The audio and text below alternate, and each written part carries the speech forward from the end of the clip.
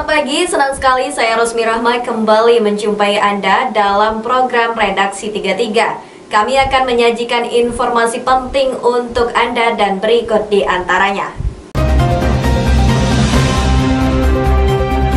Kita awali Redaksi 33 kali ini, pasangan calon wali kota dan wakil wali kota jalur perseorangan diberi waktu sampai tanggal 27 Juli untuk memperbaiki bukti dukungan berupa KTP warga pendukung, khususnya untuk pasangan Parawansa Markus Talo, sedangkan pasangan Zairin Zain Sarwono telah dinyatakan lolos karena telah memenuhi syarat jumlah dukungan.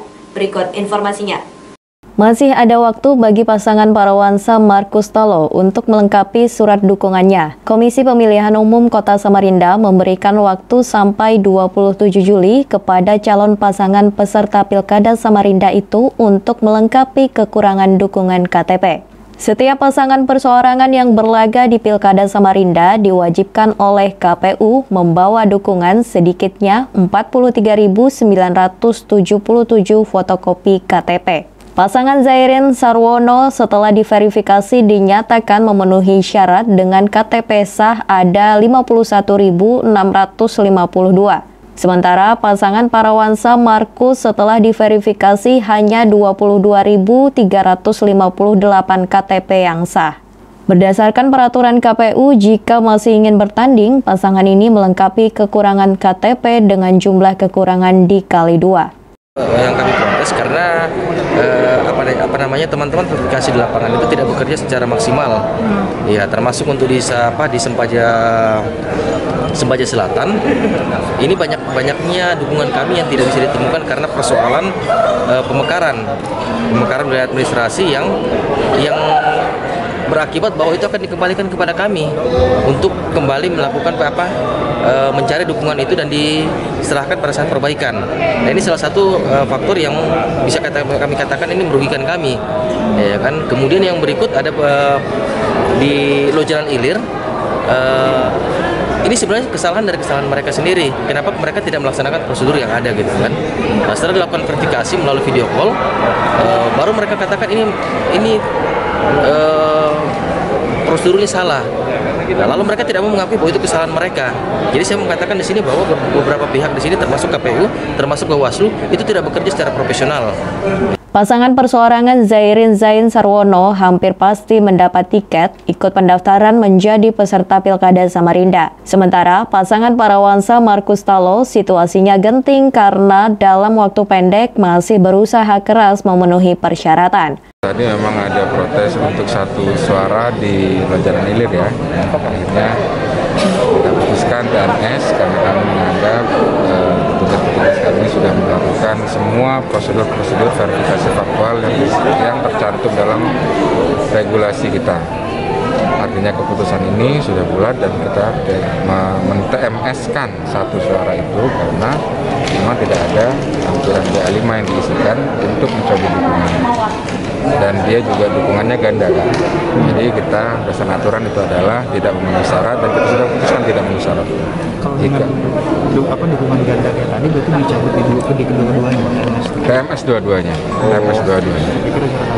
Nah, kalau misalkan ada keberatan dari pasangan calon atas keputusan kami, ya ada ruang tersendiri untuk melakukan atau melaporkan mencari keadilan melalui Bawaslu. Tim Kaltim TV melaporkan.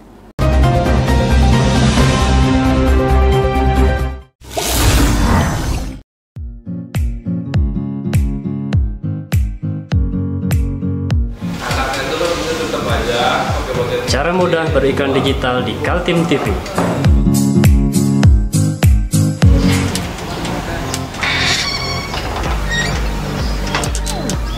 Yang pertama, jadilah sahabat Kaltim TV.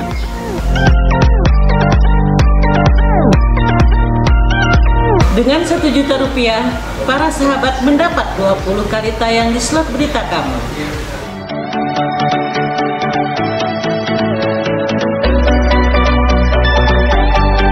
Dengan 20 detik dapat menjangkau 20.000 penonton.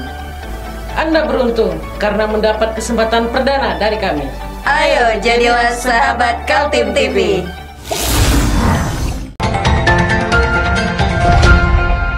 Seorang pria paruh baya diciduk Satreskrim Polsek Balikpapan Barat. Tersangka melakukan pencurian di gudang. Berikut informasinya. Sabang, seorang warga Balikpapan Barat, kembali digiring petugas kepolisian Polsek Balikpapan Barat lantaran aksinya mencuri mebel di salah satu gudang yang diketahui oleh pemiliknya. Awalnya tersangka Sabang ini hendak mencari daun pisang untuk dijadikan bungkus jajanan. Saat melintas, tersangka melihat sebuah gudang yang berisi meja dan kursi. Lantaran tidak memiliki alat, tersangka Sabang pulang ke rumah dan mengambil kunci untuk membongkar kursi dan meja. Dalam menjalankan aksi pencuriannya, tersangka mengangkut dengan cara dipanggul bolak-balik sebanyak 5 kali. Sebanyak 9 meja dan 16 kursi berhasil dicuri dan dijual dengan sebesar 2,5 juta rupiah. Awalnya ini saudara Sabang, ya, saudara Sabang alias Abang bin Haya, ini mencari daun pisang. Setelah di situ melihat kok ada gudang yang sepi, nah terus kemudian pintu di belakang itu memang kelihatannya agak rusak, ya. Jadi diintip itu kok ada barang-barang di situ gitu ya, ada ulin, terus ada kursi, ada meja dan lain sebagainya.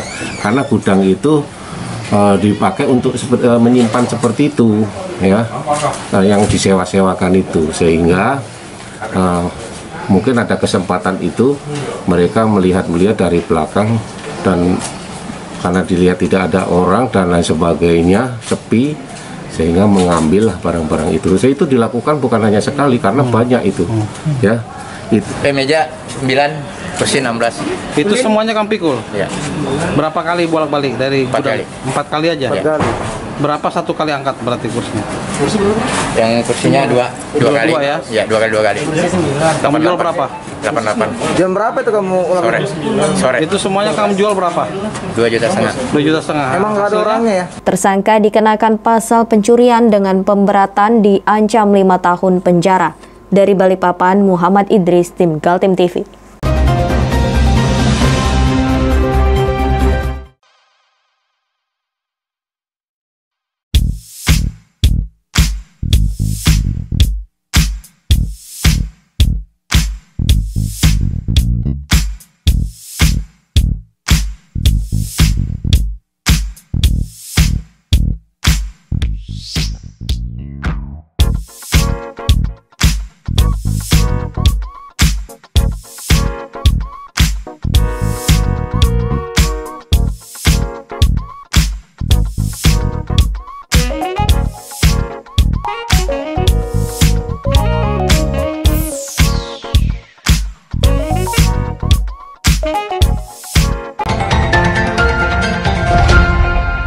Perombakan besar-besaran jajaran direksi BUMD Kaltim mulai dilaksanakan. Saat ini ada 10 BUMD dan belasan anak perusahaan yang diminta oleh jajaran Komisi 2 DPRD Kaltim agar direview oleh Gubernur Kaltim. Tidak ada opsi lain selain menutup usaha-usaha BUMD yang merugi, juga mengganti jajaran direksi seperti Direktur Utama dan Komisaris pada 10 BUMD beserta anak-anak perusahaannya, terutama untuk BUMD yang tidak sehat. Anggota Komisi 2 DPRD Kaltim Nidya Listiono meminta eksekutif tidak menunda-nunda lagi langkah review terhadap BUMD yang ada. Review dibutuhkan sebagai jalan agar BUMD tumbuh sehat dan menghasilkan PAD, pendapatan asli daerah, bukan justru menjadi beban APBD. Bahwa terkait Prusda, itu kan nanti bulan September kan harusnya Pak Gubernur dan Pak Wakil Gubernur selaku pemegang kekuasaan kan tentu akan melakukan review mungkin dan juga penggantian ya. Ya, harapan saya Pak Gubernur dan Pak Wakil Gubernur benar-benar bisa menempatkan orang yang the right man on the right place lah, kira-kira yang memang benar-benar memiliki kemampuan, kapasitas dan kapabilitas serta juga integritas yang pastinya. Karena hari ini saya pikir para direktur-direktur ini ada, sebenarnya saya juga tidak meragukan kemampuannya, tetapi sekali lagi ujung-ujungnya adalah karena ini adalah salah satu badan usaha yang memang diperuntukkan untuk penambahan PAD ya, salah satunya ya tujuan utamanya, maka harus benar-benar yang memang punya visi, punya misi, serta punya strategi bisnis yang bagus, dan memang harus direview. Masalah BUMD sudah dibedah oleh Komisi 2 DPRD Kaltim sejak akhir Desember 2019 lalu. Hasilnya, dari 10 BUMD, hanya Bank Kaltim Tara yang sehat dan 2 lainnya mampu berpenghasilan, seperti PT Mandiri Migas Pratama dan PT Kaltim Karyangau Terminal. Selebihnya dianggap Komisi 2 bermasalah dengan ukuran sedang sampai berat. BUMD yang punya masalah berat seperti Agro Kaltim Utama yang tidak diketahui lagi di mana jajaran direksinya. Menurut Nidya Listiono, Pemprov perlu merekrut tenaga-tenaga segar yang profesional untuk menangani BUMD. Dia berharap dalam seleksi jajaran direksi maupun direktur utama dilakukan tes melibatkan DPRD Kaltim. Ini yang namanya KPI lah, Key Performance Indicator, sehingga orang bekerja itu ada indikatornya, sehingga tidak bisa lagi orang bicaranya secara argumentatif bahwa oh ini saya suka sama ini atau saya tidak suka dengan ini, enggak. Maka kita bicaranya angka. Ketika bicara angka maka enak diukurnya nih, Anda capai target atau enggak. Kalau udah capai target ya direview, dikasih kesempatan dan lain sebagainya. Tim Kaltim TV, Hardin melaporkan.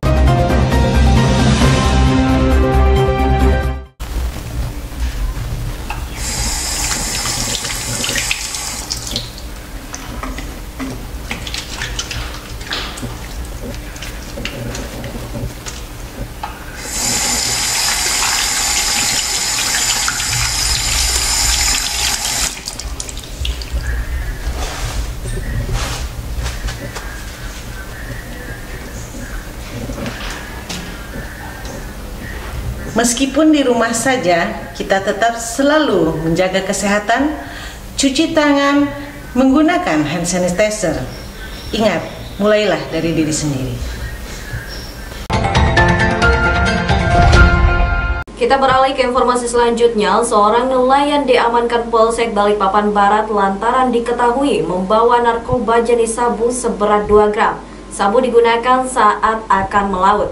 Rusdi, 38 tahun yang kesehariannya berprofesi sebagai nelayan, digiring unit Reskrim Polsek Balikpapan Barat setelah kedapatan membawa narkoba jenis sabu yang disembunyikan di dalam kantong celananya. Dari tangan tersangka, petugas mendapatkan barang bukti sabu paket hemat sebesar 2 gram yang didapat dari kawasan pelabuhan Ici, Balikpapan Barat. Itu kelihatannya gerak-geriknya mencurigakan, ya. Nah, dia dengan membawa sepeda motor Scoopy.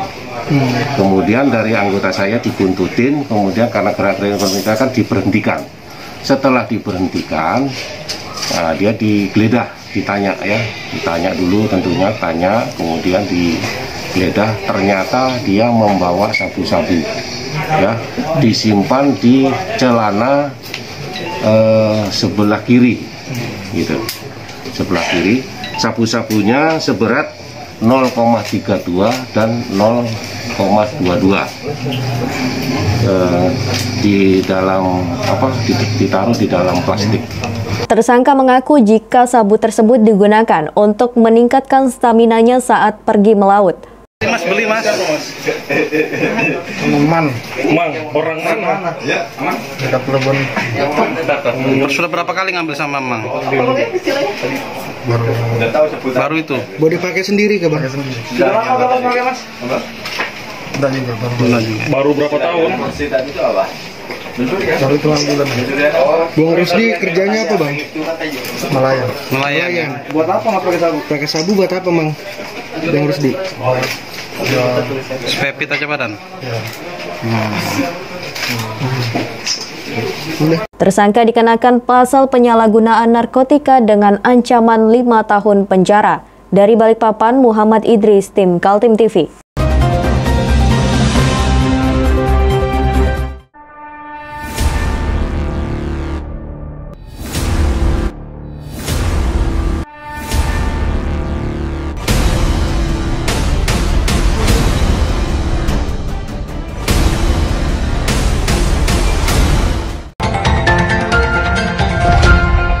Seorang distributor jamu dan obat ilegal dibekuk Subdit 3 Res Narkoba Polda Kaltim di Samarinda.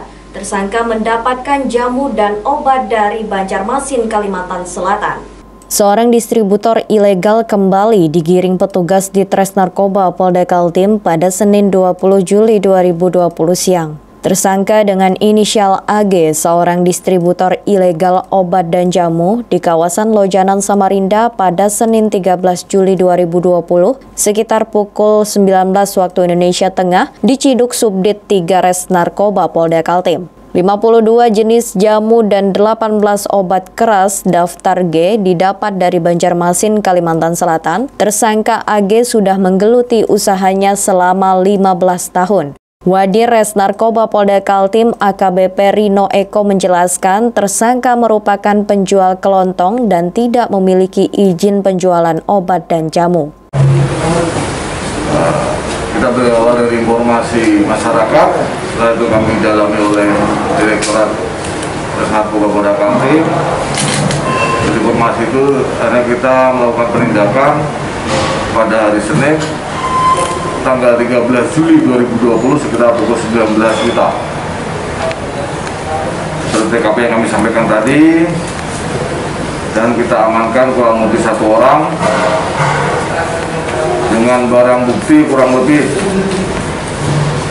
18 jenis obat keras daftar G yang tidak memiliki izin edar, dan jamu berbagai jenis kurang lebih ada sekitar 52 jamu berbagai jenis yang tidak terdaftar di Balai POM dan tidak ada izin edarnya. Jadi kan ini ada 2 kategori. Yang satu adalah obat daftar G.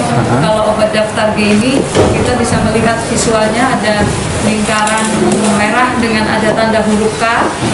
Ini artinya obat keras yang hanya dijual di sarana tertentu seperti apotek atau pedagang besar farmasi.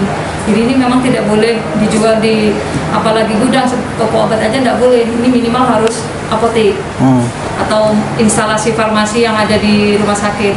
Kemudian kalau jamu jenis yang kedua ini dia mengeklaim sebagai jamu, tapi ini adalah obat tradisional yang mengandung bahan kimia obat. Ini pernah masuk public warning dari Badan POM.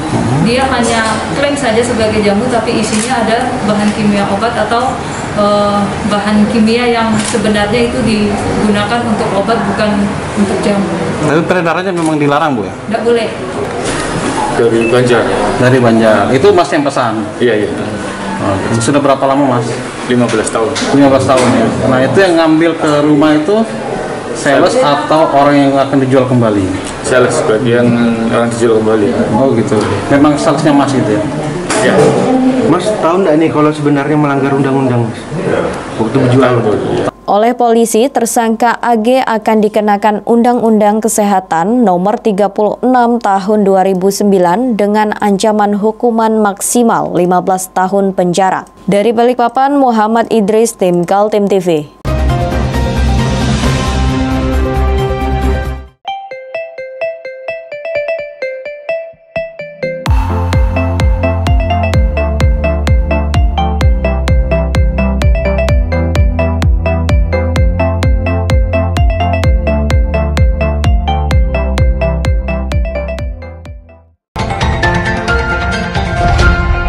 Sebuah mobil terbakar di kawasan Jalan Lejen Suprapto, Balikpapan Barat. Diduga mobil digunakan untuk mengetep BBM. Sebuah mobil berwarna putih dengan nomor polisi KT1353LH hangus terbakar di kawasan Jalan Lejen Suprapto, Karanganyar, Balikpapan Barat.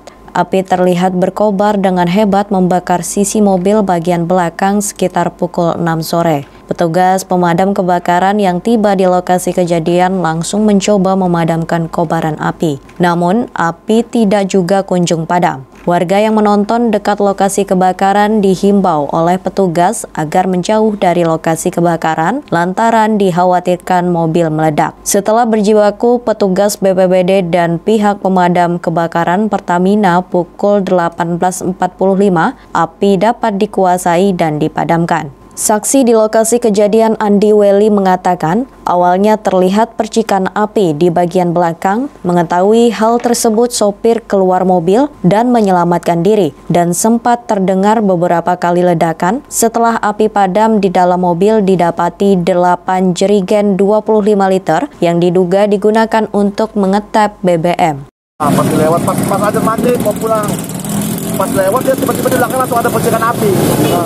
Jadi percikan api, jadi supirnya diteriakin keluar. Sempat duduk di situ melamar apa dan sebagainya karena mungkin kita ngelihatnya tadi ada beberapa kali ledakan. Kita sih asumsi kita melihatnya bahwasanya hasil keterangan sendiri kan dia ada jerigen-jerigen gitu loh. Dan pengakuan tadi dari pegawai SPBU katanya memang ini pelanggan untuk ngetap-ngetap begitu. Jadi gitu. Jadi ada beberapa kali ledakan. Ada 3 kali ledakan itu. 3 kali ledakan. Nah, jadi alhamdulillah berkat BPBD Balikpapan dan dibantu oleh Pertamina itu bisa ditangani. Orang kebakaran yang tadi kan? Ya, api sudah padam. Jam berapa tadi kejadiannya? Sekitar jam 6 kurang lebih, jam 6.10. Jam 6.10 kan? Kalau dari pemeriksaan awal apa aja ditemukan dan? Ya, sementara indikasi ini letak saja. Ya. Ada jerigen di belakang dan ya? Dalam kejadian tersebut tidak ada korban jiwa. Pihak kepolisian masih melakukan penyelidikan terkait kebakaran mobil yang terjadi. Dari Balikpapan, Muhammad Idris, tim Kaltim TV.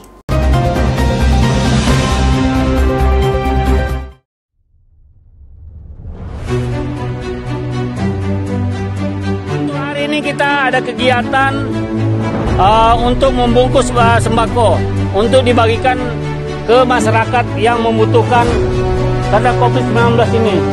Semoga kita sukses semua. Amin. Harus kerjasama yang bagus. Pancasila! Amin. Pancasila! Amin. Pancasila! Amin. Merdeka! Merdeka!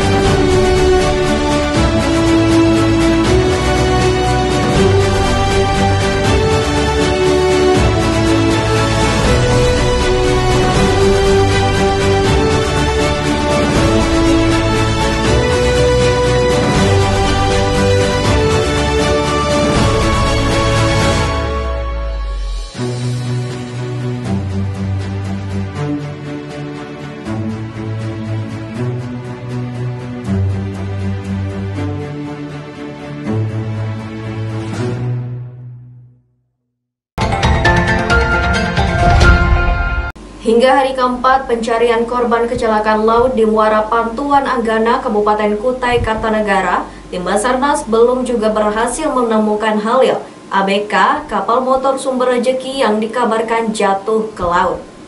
Anak buah kapal KM Sumber Rejeki hilang dari atas kapal motor Sumber Rejeki saat berlayar dari Pasar Pagi Samarinda menuju Palu, Sulawesi Tengah. Kejadiannya diduga sore dan baru diinformasikan kepada tim Basarnas di Kaltim malam harinya. ABK yang hilang bernama Halil adalah warga dari Majene, Sulawesi Barat. Selamat siang. Dapat kami sampaikan bahwa pencarian operasi SAR hari ini yaitu memasuki hari keempat dengan hasil pencarian sampai saat ini kami masih tunggu perkembangan di lapangan. Untuk pola pencarian seluruh area itu sudah dicari hingga fokus kami hari ini yaitu ke bagian utara dan bagian timur dari LKP. Informasinya, tim SAR mengetahui terjadinya ABK jatuh ke laut setelah dilaporkan oleh keluarga korban bernama Miswar. Sore itu Miswar mendapat kontak telepon tentang hilangnya korban sehingga meneruskan ke tim SAR. Sejak hari pertama hilang, tim SAR dari Pos Pencarian dan Pertolongan Kutai Timur sudah bergerak ke lokasi melakukan pencarian. Tim rescue menggunakan RIB, Rigid Inflatable Boat, dengan 4 personel. Hari keempat pencarian dikabarkan di sekitar perairan Muara Pantuan cuaca cerah. Untuk alut yang digunakan Pak selama pencarian 4 hari ini apa saja Pak? Baik alut yang kami gunakan yaitu alut milik dari Pos SAR Sangatta dan ada beberapa keterlibatan dari sarana-sarana potensi yang ada di daerah Sangatta sana. Tim Kaltim TV melaporkan. Demikian Kaltim Update kali ini. Informasi lainnya dapat Anda simak melalui situs website kami www.kaltim.tv, channel YouTube dan fanpage Facebook Kaltim TV. Saya Rosmi Rahma pamit undur diri dan sampai jumpa.